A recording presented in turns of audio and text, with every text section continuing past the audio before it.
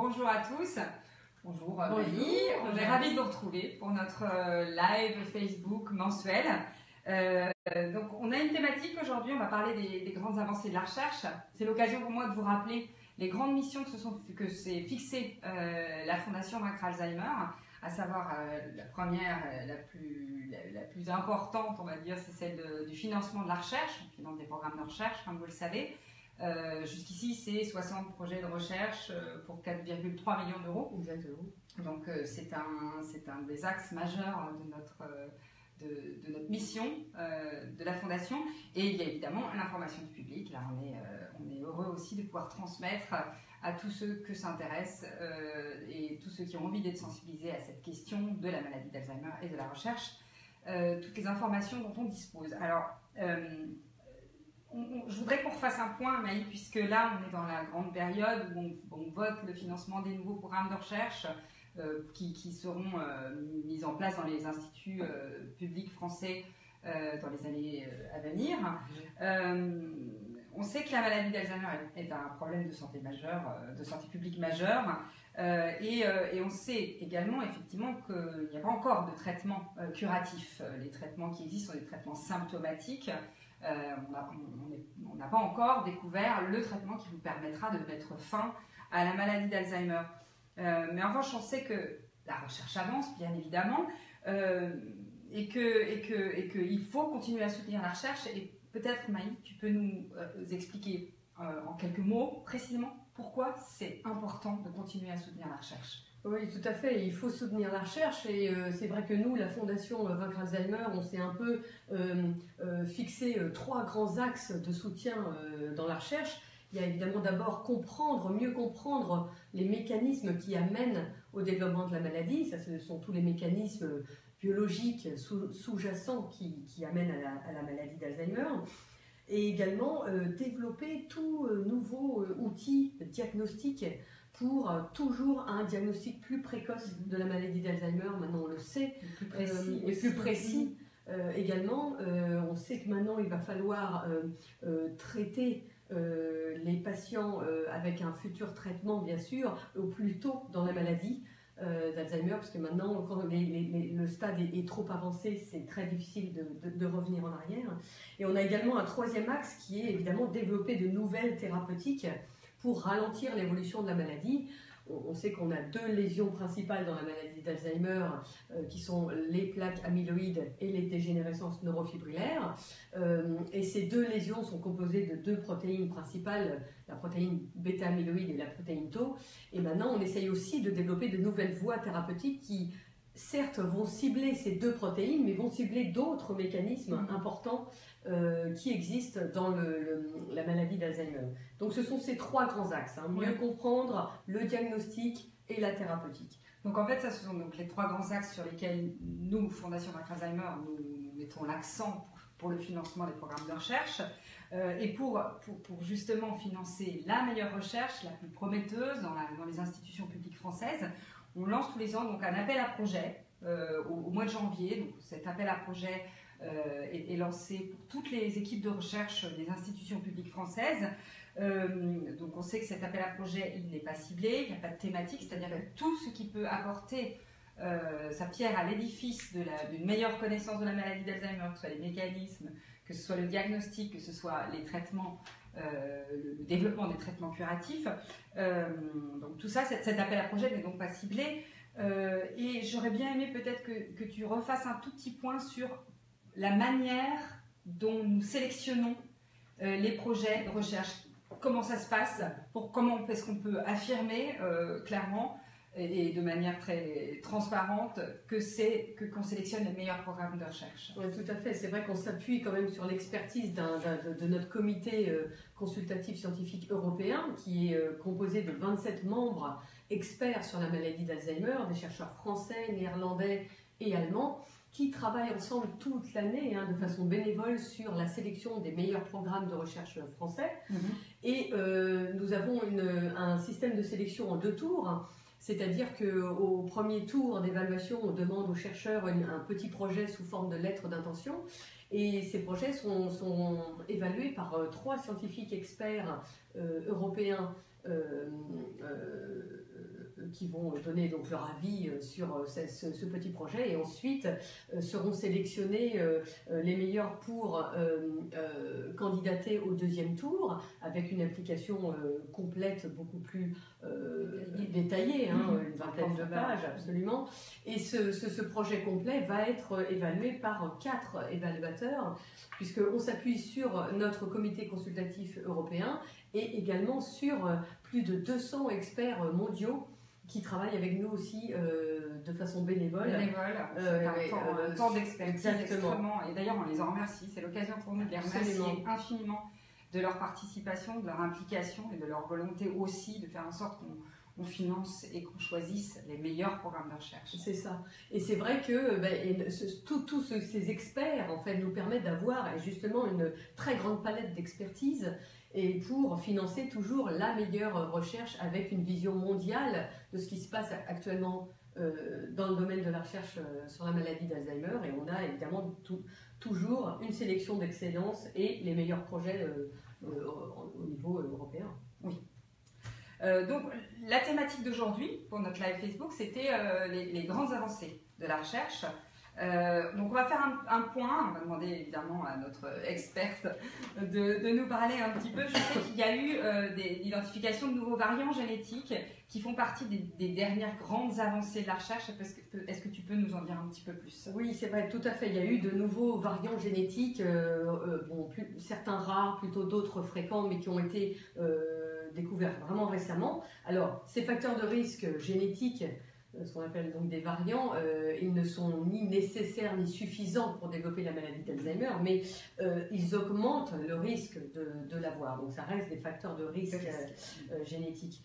Et on sait maintenant, enfin on va essayer de savoir un peu plus sur chacun de ces variants, si on a le variant A, B, mais on n'a pas le C, on a le D, est-ce que ensemble on va avoir une modification du risque d'avoir la maladie d'Alzheimer, une augmentation ou une diminution. C'est vraiment tout un système comme ça de variabilité génétique maintenant. Et c'est vrai qu'on a financé plusieurs chercheurs qui ont contribué à ces avancées sur les facteurs de risque génétiques, dont Jean-Charles Lambert, qui a participé à l'identification de 11 nouveaux facteurs de risque génétiques en 2011, je crois. Et puis on a un jeune chercheur, Pierre Dourlaine, qu'on a financé en 2013, qui travaille sur un facteur de risque génétique BIN1, qui est un facteur de risque récemment identifié. Donc c'est vrai qu'on a de grandes avancées et c'est vrai que maintenant la maladie d'Alzheimer est considérée comme une maladie multifactorielle et la génétique joue vraiment un rôle important. Et si on parle de facteurs de risque, on peut aussi évidemment parler de prévention. Donc la prévention fait partie aussi de la recherche. Comment prévenir la maladie d'Alzheimer? Est-ce qu'on y arrive? Quelles sont les dernières avancées? C'est vrai qu'en termes de prévention, on a vraiment une vraie conscience sur les facteurs de risque qui peuvent être modulables, modifiables. Ces facteurs de risque, ce sont les facteurs de risque cardiovasculaires, par exemple le diabète, l'hypertension artérielle, l'hypercholestérolémie, aussi améliorer le régime alimentaire. Tout ça, ça a été vraiment démontré comme étant pouvant être modifié au cours de la vie et pour évidemment diminuer le risque d'avoir la maladie d'Alzheimer. On a notre chercheur Sabrina Davis, que nous avons financée en 2012, qui, elle, a montré dans des modèles expérimentaux l'importance en fait l'impact du diabète de type 2 sur des déficits de mémoire. Donc c'est vrai que ce sont des facteurs de risque qu'on peut moduler pendant tout au long de sa vie et c'est important de les prendre en charge. En épidémiologie, il a même été démontré que chez une population de plus de 65 ans, on estime qu'on pourrait éliminer 25% des cas de démence dans les 7 ans à venir si on prenait en charge tous ces facteurs de risque. Donc c'est important. Donc, absolument. La prévention, ça fait partie aussi des grands domaines d'avancée de la recherche. Tout à fait.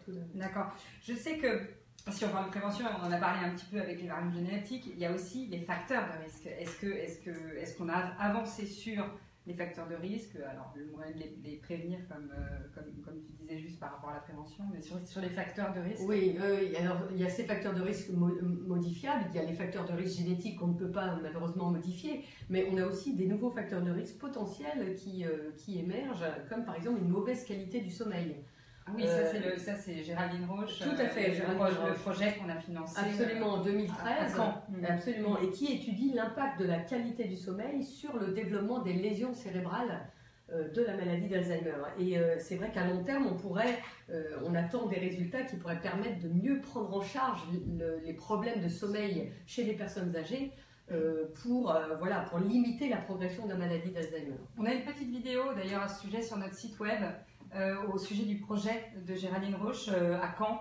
Je vous invite à aller visiter notre site web pour voir cette vidéo. C'est très intéressant parce que le sommeil, évidemment, par définition, ça fait partie intégrante de notre vie. Et ce projet de recherche, il est très accessible aussi. Et c'est important de voir que la recherche, c'est quelque chose qui s'inscrit vraiment dans notre quotidien. On va continuer sur les autres avancées.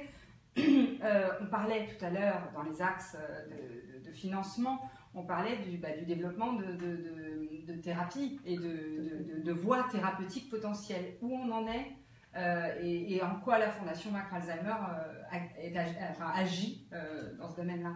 Oui, c'est vrai qu'il y a beaucoup évidemment de traitements thérapeutiques qui ciblent les deux protéines dont je vous parlais, A-bêta et tau, mais on a aussi d'autres voies thérapeutiques qui émergent et c'est vrai que c'est important parce qu'on sait maintenant qu'il n'y aura pas un traitement qui cible une cible, mais plusieurs cibles qui devront être traitées. Et on a par exemple le rôle du système immunitaire dans le développement de la maladie d'Alzheimer, qui est un projet pris en charge par Guillaume Dorothée, que nous avons financé l'année dernière.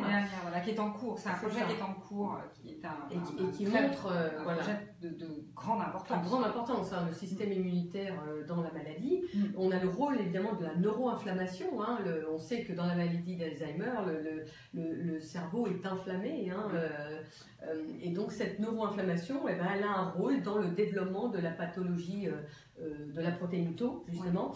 Et ça, c'est le docteur Alexis Bemelmans qui travaille dessus. On l'a financé en 2015. On a commencé le financement en 2015, oui, bien sûr. Parce que ce sont des financements qui continuent.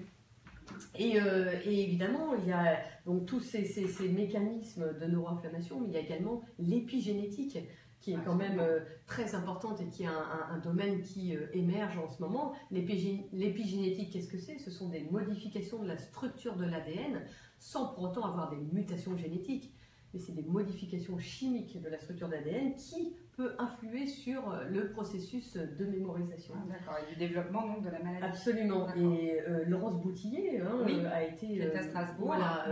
Été financée par notre fondation à propos de ces modifications épigénétiques et également cette année d'ailleurs où on soutient encore cette voie potentiellement thérapeutique très intéressante. Vraiment. Je sais qu'il y avait une question, si je ne m'abuse, sur Facebook, au sujet du projet de Sylvie Clézen, qui est une de nos lauréates, doublement lauréate, puisqu'on a revoté le financement de la suite de son projet. Alors, c'est Clarisse André qui nous dit « Bonjour, j'ai vu votre vidéo sur YouTube sur le Donné-Coprid, d'une recherche que vous avez financée, je crois. Ça semblait prometteur. Est-ce que vous pourriez nous dire où cela en est ?» Voilà, donc le Donné-Coprid, cette molécule donc découverte par le docteur Sylvie Clézen à Montpellier. Maëlie, est-ce que tu peux nous donner des nouvelles du Donné-Coprid? Oui, alors le Donné-Coprid est en phase préclinique actuellement, donc ils essayent de réaliser une première série de tests sur la toxicité, la sûreté et l'efficacité du Donné-Coprid, évidemment sur des modèles expérimentaux pour l'instant, parce que c'est indispensable de tester toutes ces données avant de commencer évidemment un test de phase 1 sur l'homme. Donc c'est une première phase préclinique indispensable avant un début de première phase. Donc en fait, c'est une voie intéressante. Tout à fait. On reste optimiste et on espère. Et comme tu le disais tout à l'heure, de toute façon, on sait que pour traiter la maladie d'Alzheimer, il faudra qu'on aille sur plusieurs cibler être sur plusieurs cibles. Donc, plus on en développe, plus on espère obtenir à terme et à moyen terme, on espère que ce ne sera pas dans trop longtemps, de véritables traitements. Oui. Je ne sais pas s'il y a d'autres questions ou alors on a répondu peut-être dans le fil de notre petit exposé à toutes ces questions. On vous invite à aller visiter notre site web pour voir les vidéos, parce qu'on a quand même pas mal de vidéos des chercheurs qu'on a financés. On essaye de vous donner de l'information sur les programmes de recherche qu'on finance. C'est aussi l'occasion de faire un don pour la recherche, pour nos missions. C'est important, sans vos dons, on ne peut pas financer tout ce qu'on finance. Donc on compte sur vous encore. On sait que vous donnez déjà beaucoup, et on vous en remercie évidemment. On ne remercie jamais assez nos donateurs, mais on vous remercie. Donc c'est www.vaincrealzheimer.org. C'est notre site web. Donc vous pouvez voir nos vidéos, vous pouvez visiter nos pages, et évidemment vous pouvez faire un don à la hauteur de la possibilité que vous avez, mais on sait que les petits ruisseaux pour les grandes rivières, donc il n'y a pas de petits dons, il n'y a pas de grands dons, et tout est très appréciable pour pouvoir continuer à être auprès des chercheurs, en soutien aux chercheurs français dans les institutions publiques françaises, qui font un travail formidable, qui sont très investis eux-mêmes. Tout à fait. Oui. Voilà, on vous remercie. Merci beaucoup. Et on vous dit à la prochaine fois, dans un mois à peu près. Au revoir.